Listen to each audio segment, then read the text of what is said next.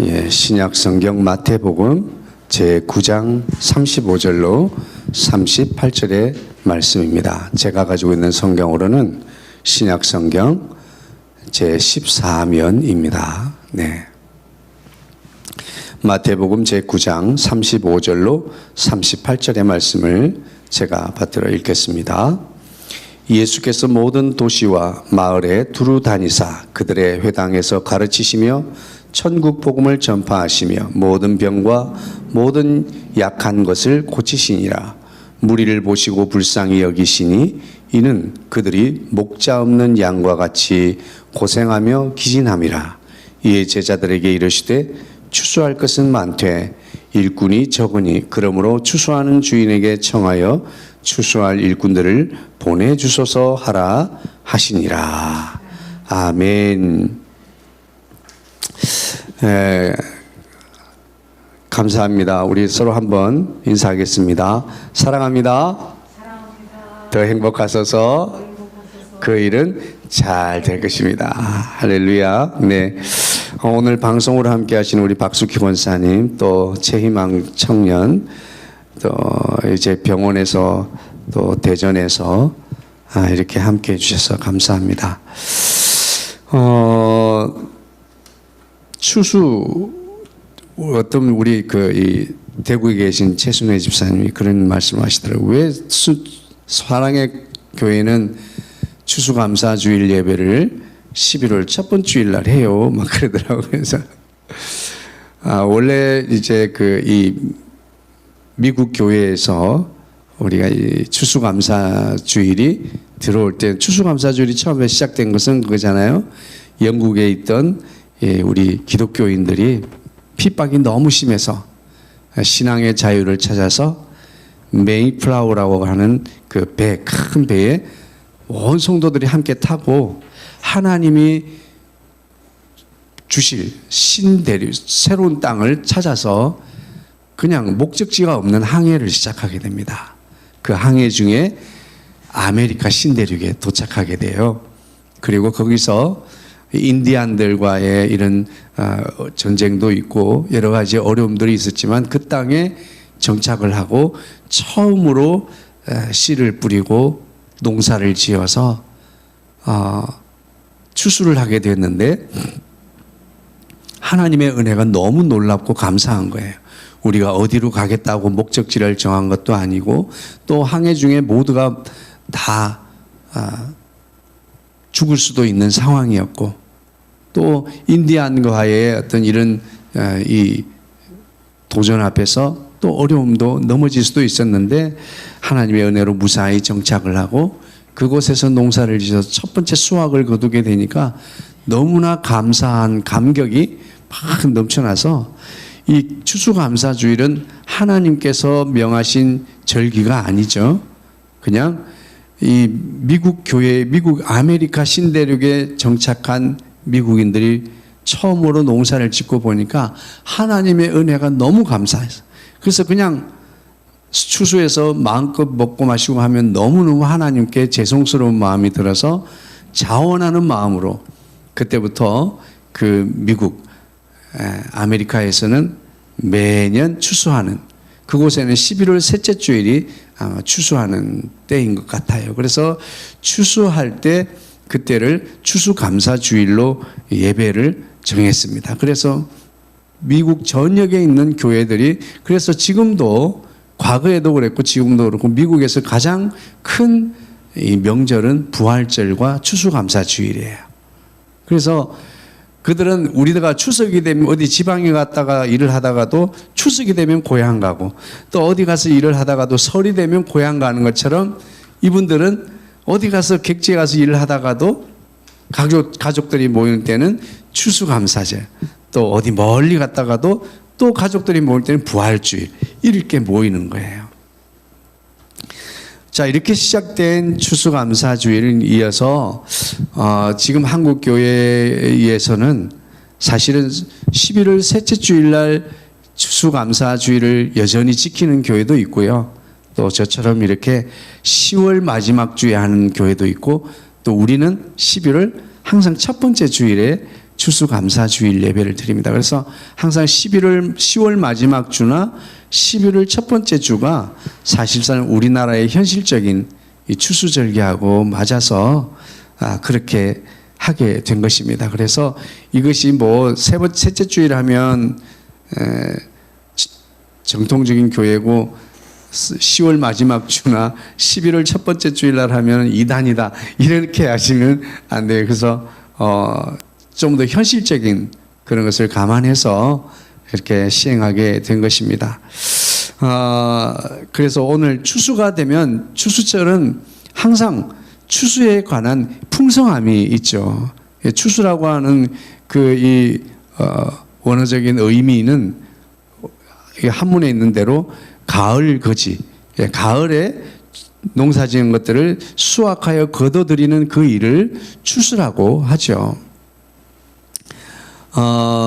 우리 하나님께서도 당신 스스로를 농부시라고 이렇게 말씀하셨습니다. 그리고 이 성경에 대한 여러 가지 많은 비유와 가르침 속에는 보면 농사의 원리가 많이 들어가 있어요. 뭐 젖붙이는 기법에서부터 포도나무가 젖붙이는 거, 돌감람나무와 참감람나무를 젖붙이는 이런 농사, 또 씨가 뿌려져서 썩으면 거기서 싹이 나고 잎이 나고 꽃이 핀다. 그리고 열매를 맺게 된다라고 하는 이런 다양한 농사의 원리를 가지고 우리에게 가르쳐 주고 있어요.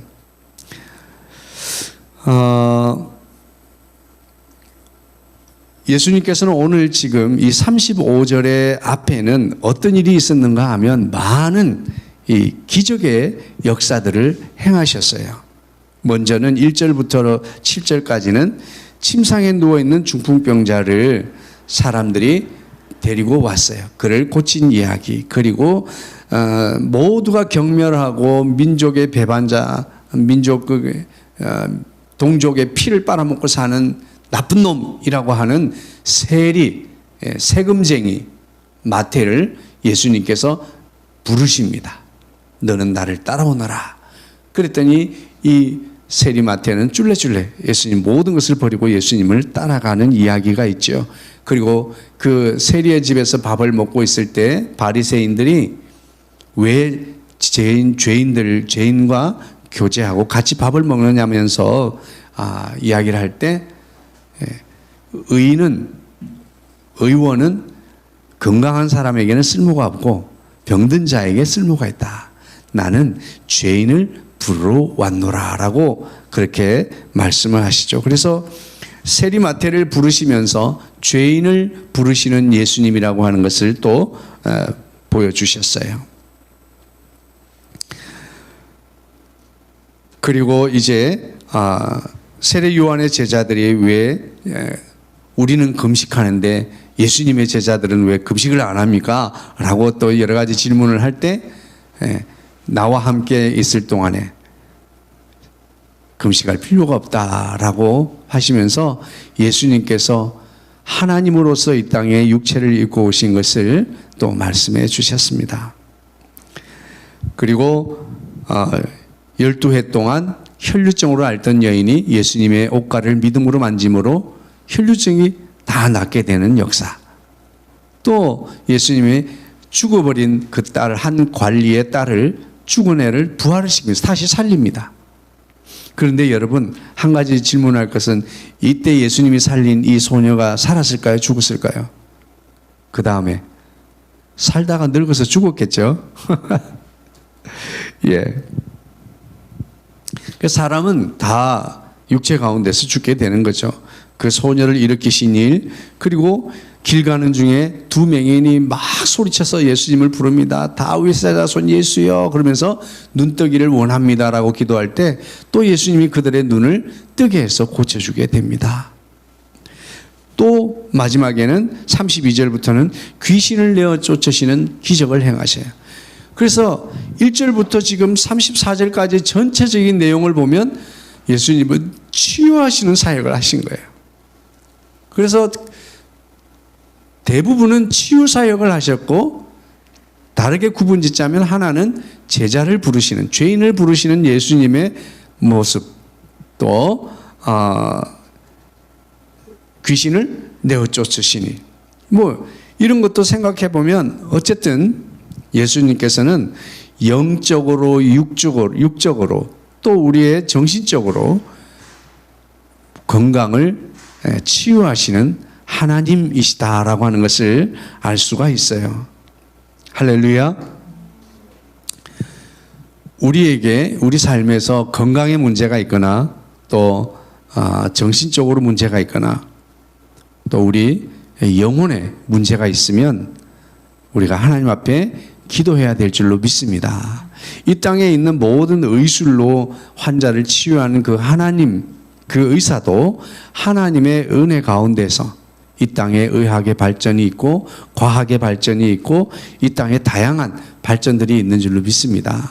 그래서 그냥 단순하게 의사가 나를 치료한다가 아니라 하나님께서 허락하신 많은 이런 이 필요들을 통해서 하나님이 나를 치료하신다라고 하는 것을 알고, 의사가 아무리 좋고 훌륭한 의사라도 똑같은 환자를 치유해도 어떤 사람은 회복이 되고 어떤 사람은 회복이 되지 않습니다. 왜냐하면 회복의 문제는 하나님께 있기 때문이에요. 치료하고 또 의술을 가지고 그에게 치료하는 이 모든 행위들은 의사가 할 수 있어요. 하지만 의사도 회복되고 안 되고는 의사도 장담할 수 없는 거예요. 완전히 코마 상태, 죽은 자와 같은 숨만 쉬고 있는, 심장만 뛰는 그 사람도 어떤 날 벌떡 깨어서 정상인으로 회복해요. 의사는 그것에 대해서 설명을 할 수가 없어요. 오직 하나님만이 설명하실 수 있는 줄로 믿습니다. 그러고 나서 이제 오늘 35절로부터 38절의 이야기가 시작이 됩니다. 아니, 추수감사주일에 왜 생뚱맞게 이런 말씀을 목사님이 정하셨을까라고 생각, 엄밀히 따지면 제가 정한 건 아니에요.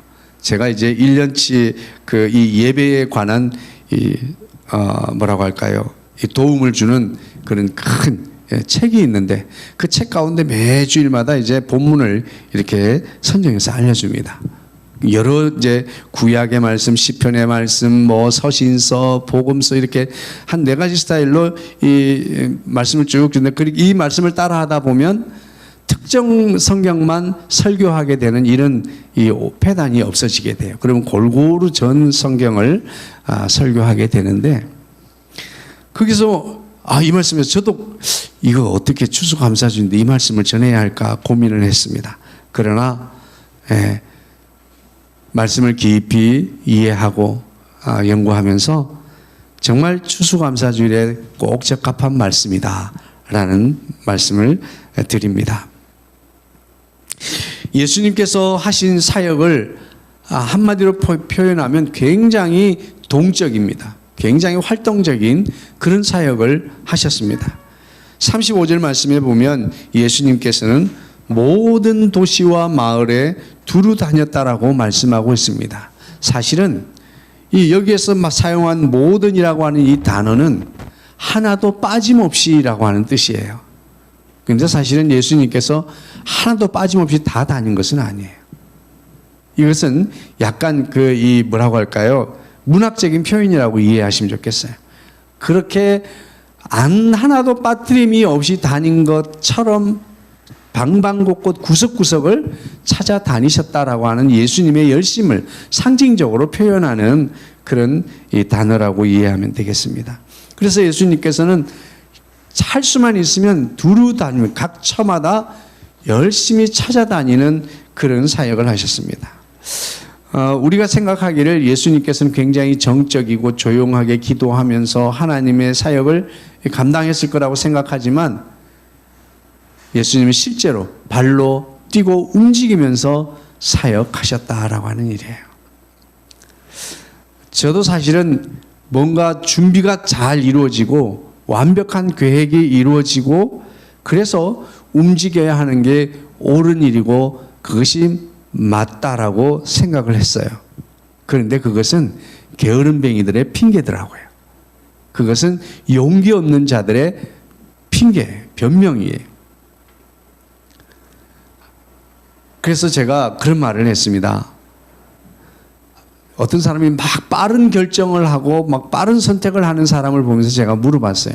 아니, 당신은 그렇게 깊이 생각도 안 해보고 선택하고 말하고 결정하냐고. 그랬더니 그분이야 이거예요. 길게 고민하고 말하나, 길게 고민하고 선택하고 결정하나 확률은 똑같다는 거예요. 예? 그래서 길게 고민해도 잘못될 가능성도 있고, 그리고 순간적으로 빠른 선택을 결정을 해도 잘 될 가능성이 얼마든지 있다고 하는 거예요. 여기에서 중요한 것은 우리는 예수님처럼 움직이는 것, 무엇이든지 앉아서 고민하고 누워서 고민하는 자가 아니라 움직이며 고민하고 선택하고 일하는 저와 여러분 되기를 주의 이름으로 축복합니다. 오늘 우리가 적어도 예수님을 따르는 자들이라고 하면 끊임없이 움직이는 열심이 우리 가운데 있게 되기를 주의 이름으로 축복합니다. 예수님을 따른다고 하면서 누워있는 자에게는 그 얼굴에 어떤 경우에도 먹을 것이 떨어지지 않습니다. 우리는 믿음으로 산다고 하면서 아무것도 하지 않고 그렇게 집안에만 있다면, 근데 집안에서 매일같이 기도한다면 그건 또 다른 이야기예요. 예. 그런데 매일같이 누워서 움직이기를 힘들어하는 사람, 그런 사람에게는 먹을 것이 있어도 먹을 힘이 없어서 못 먹습니다. 우리에게는 항상 움직이는 열심히 있게 되기를 소망합니다. 자, 그런데 예수님은 이렇게 막 움직이면서 무슨 일을 하셨냐 이거예요. 예수님은 세 가지 사역을 하셨습니다. 첫 번째는 가르치시는 사역이에요. 교사로서의 사역을 하셨습니다. 그래서 예수님을 누구라고 하느냐라고 물을 때 이스라엘의 많은 백성들은 좋은 선생이라고 그렇게 말했습니다. 왜냐하면 그들에게 좋은 말씀을 가르쳐 주니까 좋은 교사라고 생각했어요. 좋은 랍비, 좋은 지도자, 좋은 스승 정도로 그렇게 여기고 있었어요. 아마 교회를 다니면서 혹은 교회를 다니지 않으면서도 그냥 예수님은 우리에게 참 유익하고 좋은 것을 가르쳐주는 좋은 스승이다라고 이렇게 생각하시는 분도 많이 있습니다. 아마 저희 형님이 그런 것 같아요. 제 바로 위에 형님이 좋은 스승 정도로 생각하시는 것 같아요. 그러나 예수님은 이 땅의 것을 가르치는 좋은 스승일 뿐만 아니라 그분은 하늘의 것을 가르치는 복음 전도인이었어요. 할렐루야. 그래서 이걸 좀 더 엄밀하게 나누면 땅의 것을 가르치시고 그리고 하늘의 것을 전하는 사역, 전도인의 사역을 하셨습니다. 가르치시고 전하고 그리고 마지막에는 뭐예요? 치유하시는, 고치는 사역을 하셨습니다. 그런데 이 마태복음을 기록하는, 내가 만약에 성경을 기록했으면 오늘 우리가 이 8장, 9장에 계속해서 기적의 역사들이 나타나요. 그런데 오늘 9장 1절부터 이 34절까지만 보아도 예수님의 치유의 능력을 행하신 일이 얼마나 많습니까? 압도적으로 예수님이 행하신 일은 치유하신 일을 했습니다. 그러면 내가 성경을 쓰는 사람이라면 제일 먼저 뭘 쓰겠어요? 예수님이 하신 일은 첫 번째 뭐라고 쓰겠어요? 고치시는 사역, 이렇게 할 것 같아요. 그런데 고치시는 사역이 몇 번에가 있어요? 세 번째가 있어요. 이 말은 예수님은 이 땅에 복음을 전하러 오셨다라고 하는 거예요. 그리고 귀신을 쫓고 병든 자를 치유하고 하는 이 모든 일은 그 복음을 전하기 위한 방편이다라고 하는 거예요. 여기서 복음의 우선순위를 지금 예수님이 그렇게 많은 귀신을 쫓고 병자를 고쳤지만 결국은 예수님이 왜 그 일을 하셨는가? 그것은 바로 하늘의 일을 지도하시기 위해서, 곧 복음을 전하기 위해서 그렇게 하셨다라고 하는 것을 나타내고 있는 것입니다. 그러면 예수님에게 도대체 어떤 유익이 있길래 이런 일을 하시는가? 그것은 바로 36절에 설명하고 있어요. 무리를 보시고 불쌍히 여기시니 이는 그들이 목자 없는 양과 같이 고생하며 기진함이라, 이렇게 말씀하고 있어요. 예수님이 보실 때 그들이 마치 목자 없는 양과 같이 방황하는 양과 같이 보인 거예요. 양은 목자가 없으면 언제든지 맹수의 위험에 붙잡힐 위험에 노출되어 있어요. 그리고 언제든지 길을 잃고 낙오될 수 있는, 그리고 방황하다 맹수에게 잡히는 이런 낙오의 위험이 있어요. 그리고 근시안적인 양의 시력이 있습니다. 그래서 딸랑딸랑 앞에서 큰 종이, 큰 이 선두양이 이 딸랑딸랑 종을 목에 걸고 예수님 목자를 따라가면 뒤에 많은 양들은 근시안적이라서 앞에 있는 양의 엉덩이밖에 안 보이는 거예요. 더 멀리 보이진 않아요. 이 양들은 그저 앞에 있는 양 엉덩이만 보고 딸랑딸랑 소리를 듣고 따라가는 거예요. 그들이 마치 이스라엘 백성들이 그렇게 목자 없는 양과 같이 참 위험과 굶주림과 그리고 지적 이 굶주림에 빠져 있는 양들 같이 보였다고 하는 거예요. 예수님은 회당에서 가르치셨습니다. 회당에서 가르칠 때마다 많은 사람들이 환호했어요. 바리새인들과 서기관들이 만약에 예수님께서 가는 지역마다, 회당은 지역마다 있잖아요. 지역마다 가서 말씀을 전했을 때 바리새인들과 사두개인들이 왜 그것을 가로막지 못했을까요? 그것은 모두가, 그 누구도 가르쳐주고 전해주지 못한 말씀들을 예수님께서는 잘 전해주시는 거예요. 왜냐하면 성령님께서 그 모든 하나님의 사정을 알게 하셨고 또 하나님의 뜻을 전할 수 있게 해주셨기 때문이죠.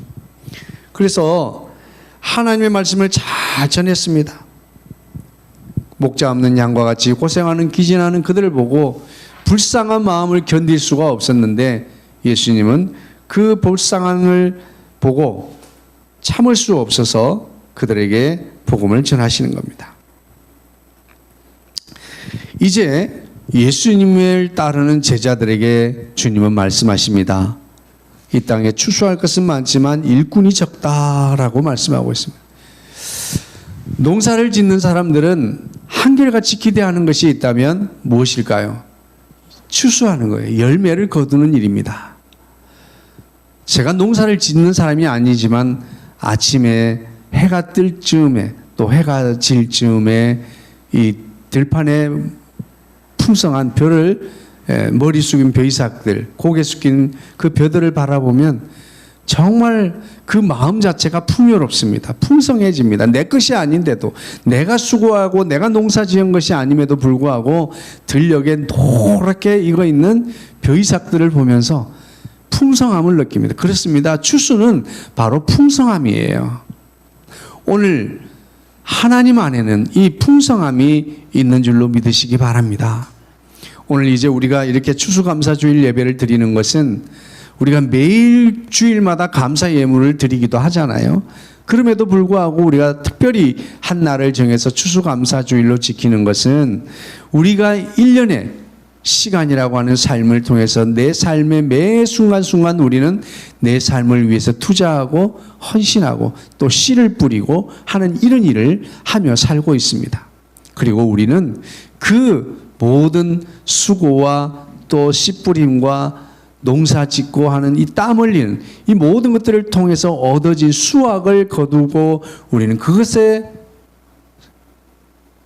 열매로 그렇게 우리는 이 한 해를 살고 있는 겁니다. 그래서 우리에게는 이 한 해의 추수, 한 해의 수확을 돌아보고 그것을 기뻐하고 감사하면서 하나님 앞에 그 마음을 올려드리는 주일이 추수감사 주일이에요.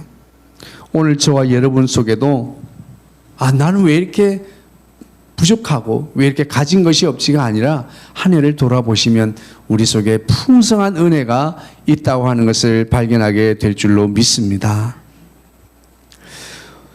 예수님께서는 제자들을 부르시고 그렇게 말씀하고 있습니다. 지금 너무너무 추수할 것이 많다. 이 땅에는 우리가 전도할 대상이 없다고 생각하지만 세상에는 전도할 대상들이 참 많습니다. 여전히 우리 주님은 추수할 때가 되었는데, 추수할 것은 많은데 일꾼이 적은 것이 안타깝다라고 말씀하고 있습니다. 그런데 오늘 재밌는 이야기가 있습니다. 오늘 여기에서 그러니까 너희들은 지금 나가서 빨리 추수하라 이렇게 말하지 않았어요. 38절에 뭐라고 말씀했습니까? 우리 함께 읽어볼까요? 38절 말씀 함께 읽어보겠습니다. 그러므로 추수하는 주인에게, 이 주인은 누구예요? 하나님이세요. 청하여, 우리가 청한, 하나님께 청하는 건 뭐예요? 기도하는 거죠. 무엇을 청하라는 거예요? 추수할 일꾼들을 보내주소서 하라.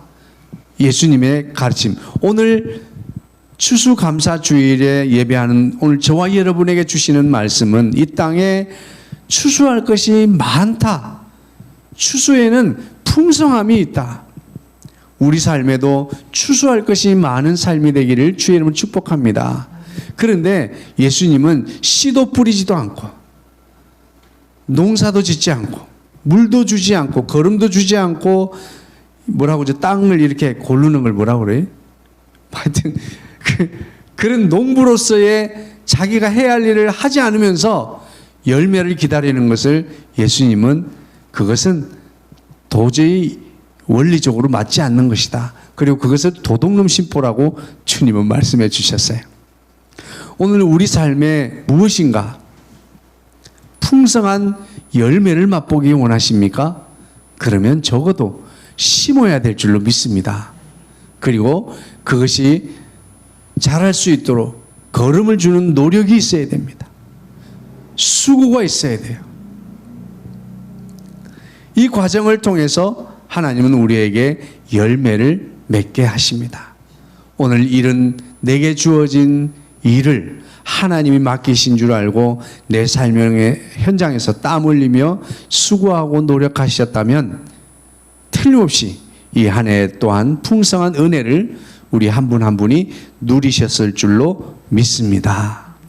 오늘 우리는 그 한 해의 감사를 고백하고 올려드리는 거죠. 그런데 예수님께서는 오늘 이 땅에 추수할 것이 많다라고 말씀하신 것은 갑자기 많은 병자들을 고치시고 그리고 그들에게 다니면서 온 마을을 다니면서 병자도 고치고 하시면서 예수님이 하신 사역은 가르치시고 또 전하고 치유하시는 일을 하셨는데 결국에는 복음을 전하는, 한마디로 말하면 뭐예요? 영혼을 구원하기 위해서 다니신 거예요.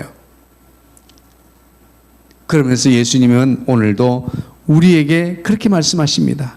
이 땅에는 영혼을 구원해야 될 많은 영혼들이 있지만 사실은 그 영혼을 구원할 일꾼들이 부족하다라고 말씀하고 있어요. 제가 만약에 예수님이면 제자들에게 뭐하고 있냐? 이 말 들어서 빨리 나가! 막 이렇게 가르칠 것 같은데 예수님은 그렇게 말씀하지 않았습니다. 여러분, 농사를 지었으면 그 농사의 주인이 추수할 책임이 있습니다. 할렐루야. 그래서 사람을 써도 누가 써야 돼요? 주인이 써야 돼요. 지금 이 시골에 농사를 지으면 옛날같이 그냥 할아버지가 농사 짓고 아버지가 대를 이어 농사 짓고 아들이 짓고 이러면 전부 다 농사철이 되면 농번기가 되면 와서 같이 협력을 했어요. 지금도 그러는 가정들이 있습니다. 그런데 요즘은 거의 대부분이 농사를 짓지 않는데요. 그러니까 소작농에게 아예 농사하는 사람에게 맡기는데 이 주인이 어떻게 하면 농사철이 되면 아예 요즘은 자동으로 하잖아요. 기계로. 그러니까 한 마을에 있는 전부 추수를 이 한 마을의 기계 가진 분이 다 하는 거예요. 그래서 그 돈을 써서 그분에게 맡기면 쭉 추수를 하는 거죠. 사람을 부르는 것도 그 주인의 의무입니다. 그래서 오늘 예수님께서는 그렇게 말씀하고 있어요. 하나님이 농부시고 하나님이 추수할 곡식, 거둘 곡식, 그 영혼들이 많이 있다면 하나님이 그 많은 일꾼들을 보내주실 그 책임도 하나님께 있다 하는 것입니다. 그래서 예수님은 너희들 뛰어나가서 전하라 이렇게 말씀하지 않고 추수할 일꾼들을 보내주소서라고 기도하라 했습니다. 우리 검단 사랑의 교회도 또 우리 한 사람 한 사람도 우리 삶에 있어서 또 우리 교회에 있어서 우리가 이 땅에 살아가면서 영혼을 구원할 그러한 일꾼들을 많이 보내주시라고 기도하는 저와 여러분이 되기를 소망합니다. 오늘 우리는 이 땅을 살아가면서 내가 하는 일이 잘 안 되고 나는 왜 이렇게 늘 매년마다 이렇게 어려움을 당할까라고 생각하는 분들이 많이 있습니다. 그러나 여러분, 우리가 오늘도 우리에게 힘을 주시고 거두게 하시고 또 살아가게 하시는 하나님의 은혜를 돌아보고 하나님 앞에 영광을 돌려드릴 수 있게 되기를 주의 이름으로 축복합니다. 그리고 무엇보다도 우리는 씨를 뿌리고 심고 물을 주고 거름을 주는 열심히 있는 활동적인 삶이 있어야 될 줄로 믿습니다.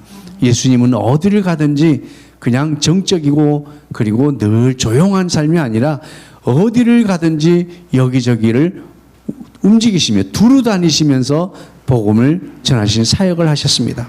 오늘 저와 여러분에게 적어도 우리 삶에 있어서 내 삶에 있어서 최선을 다하는 그런 열심이 있게 되기를 소망합니다.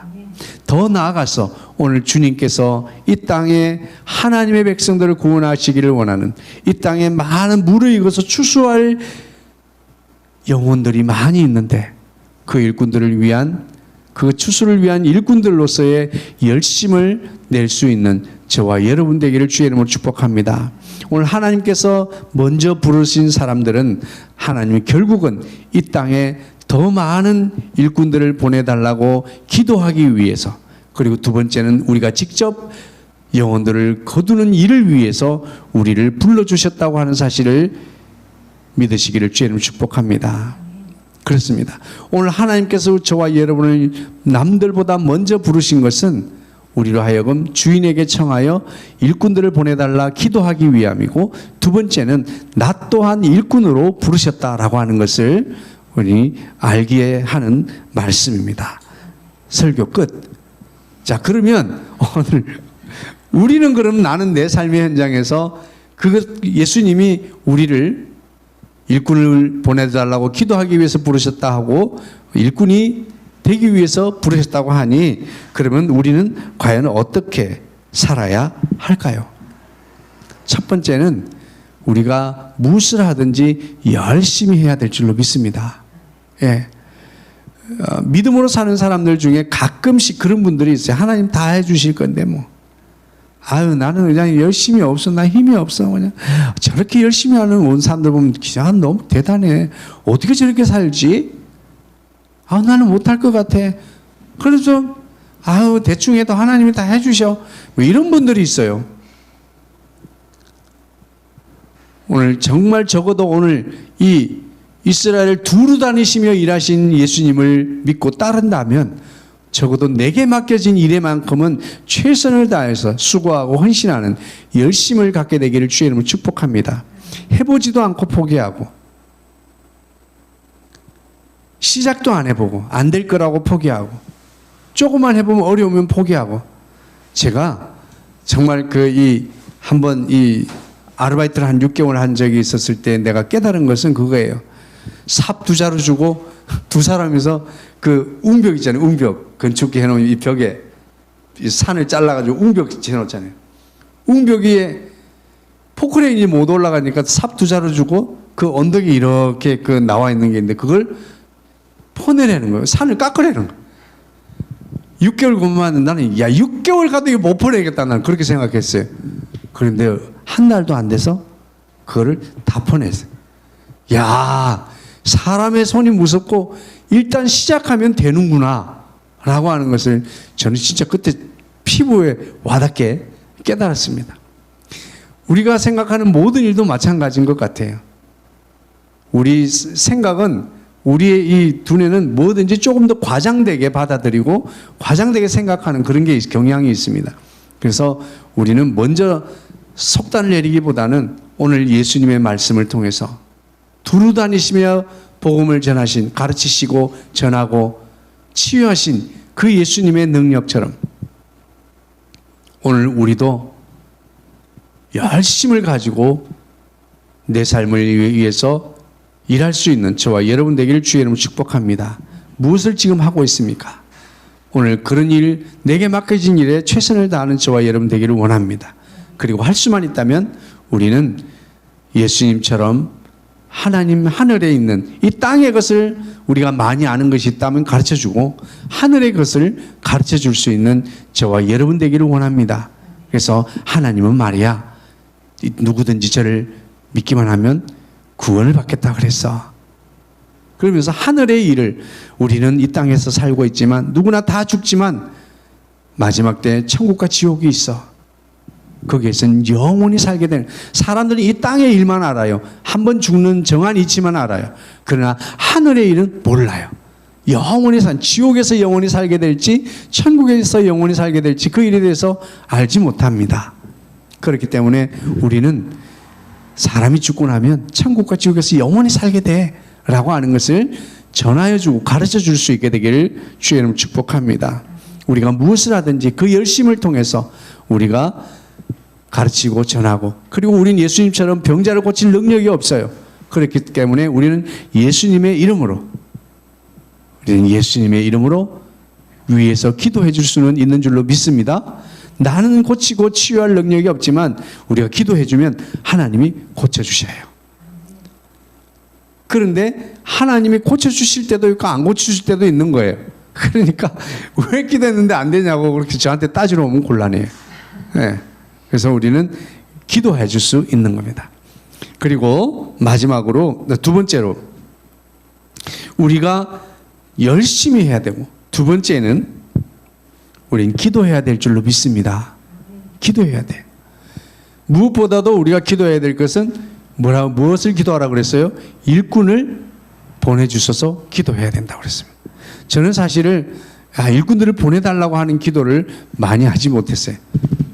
조금 많이 뭔가 그냥 내가 열심히 전도하고 또 가르치고 교육해서 일꾼들을 세워야지 뭐 하나님 앞에 보내달라고 기도해야 되나. 그런데 오늘 주님은 너무나 노골적으로 선명하게 일꾼들을 보내달라고 기도하라고 가르쳐주고 있어요.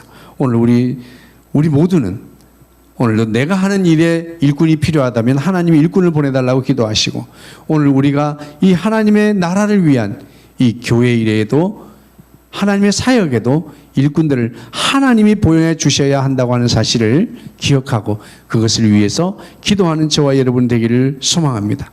무엇보다도 우리 검단 사랑의 교회는 정말 많은 사람들이 필요합니다. 지금 우리 교회뿐만 아니라 많은 이 작은 전국에 있는 교회들마다 정말 어떤 데는 목사님, 사모님 두 분이서 예배드리는 곳도 많이 있고 그렇다고 합니다. 이제 이 코로나가 끝이 나면 성도들이 교회로 돌아올지 그것도 의문이에요.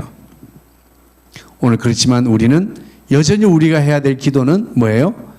일꾼들을 보내주소서라고 기도해야 될 줄로 믿습니다. 그리고 마지막입니다. 오늘 우리는 열심을 가지고 내게 주어진 일을 감당하고 또 그 열심 가운데서 우리가 땅의 것과 하늘의 것을 전하여 주는 자가 되어야 됩니다. 두 번째는 우리는 기도하는 자가 되어야 합니다. 오늘 다니엘 기도회가 지금 11월 1일부터 지금 21일까지 진행되고 있습니다. 매일 저녁마다 큰 은혜가 있습니다. 오늘 우리는 개인을 위해서도 기도해야 되고 나라와 민족을 위해서도 기도해야 되고 지금 전 세계를 봐도 기도해야 될, 지금 전 세계는 지금 화약고 같아요. 언제 터져도 이상할 것이 없는 화약고 같아. 점점점 사우디에서 여기저기 지구촌 여기저기에서 막 불꽃이 막 타오르고 있습니다. 언제 폭발할지 모를 것 같은 일촉즉발의 순간입니다. 우린 세계를 위해서도 기도해야 됩니다. 뿐만 아니라 오늘도 우리는 일꾼을 보내주시라고 기도하는 저와 여러분 되기를 주의 이름으로 축복합니다. 그리고 우리 삶에도 많은 것을 거둘 수 있는 풍성함을 위하여 기도해야 될 줄로 믿습니다.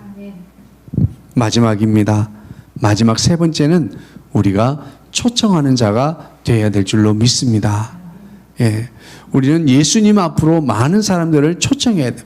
우리가 잘 가르치고, 우리가 잘 전하고, 우리가 잘 치유할 수 있으면 좋은데, 사실 우리에게는 그런 자질과 역량이 부족해요.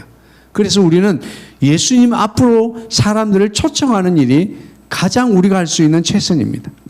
일꾼을 보내달라고 기도하는 것, 그리고 사람들을 예수님 앞으로 초청하는 일이에요. 그를 할 때 예수님께서 그에게 지도하시고 가르치시고 예수님께서 그들을 위해서 만져주시면 놀라운, 우리가 흔히 말하는 기적이라고 하는 일들이 일어나고 우리는 그것을 보게 될 줄로 믿습니다. 그렇습니다. 우리는 예수님처럼 활동적인 삶을 살아야 합니다. 열심을 가져야 됩니다. 우리는 기도해야 됩니다. 일꾼을 보내달라고 기도해야 됩니다. 우리는 매년마다 풍성함을 거두기 위한 기도도 해야 될 것이고, 그것에 더 깊은 궁극적인 우리의 삶, 우리가 열심을 내야 되는 이 땅에 건강 주시고 우리에게 달란트를 주시고 여러 가지 재능들을 주시는 이유는 영혼을 구원하기 위함입니다. 일꾼을 보내주시라고 하는 기도를 우리는 멈춰서는 안 됩니다. 그리고 내가 초청하는 그 사람이 하나님의 일꾼이 되도록 일꾼이 보내주소서라고 하며 우리가 기도해야 될 줄로 믿습니다. 그리고 우리는 한 사람 한 사람 일꾼을 부르시는 그 하나님의 뜻을 따라서 한 사람 한 사람을 예수님께로 초청할 때 예수님이 가장 잘 가르치시고 예수님이 가장 잘 치유하시고 예수님께서 가장 그를 잘 변화되게 하실 줄로 믿습니다. 그러므로 초청하는 일이 너무나 중요하다. 지금 코로나 시절에 오는 일도 가는 일도 어려운 때입니다. 그러나 점점점 이제 한 고비를 넘어서 전 세계에 이제 코로나가 점령되는 일이 있게 될 것입니다. 하루속히 치료제가 나와서 정말 어려운 이 모든 일들이 지나가고 교회도 이 일을 통해서 배우는 일이 많고 또 개개인도 이 코로나 과정을 통해서 배우는 일이 많습니다. 깨닫는 일이 많아요. 그리고 회개하는 일도 많고요. 그래서 우리가 정말 본질적인 교회의 사명을 잘 감당하는 우리 검단 사랑의 교회 또 우리 사랑하는 성도들 될 수 있게 되기를 원합니다. 그래서 오늘 이 땅의 추수감사죠. 한 해의 추수를 감사하는 날이기도 하지만 22년도에 풍성한 영혼 추수를 위한 결단의 시간이 되어질 수 있게 되기를 주의 이름으로 축복합니다. 기도하겠습니다. 사랑 많으신 주님 감사합니다.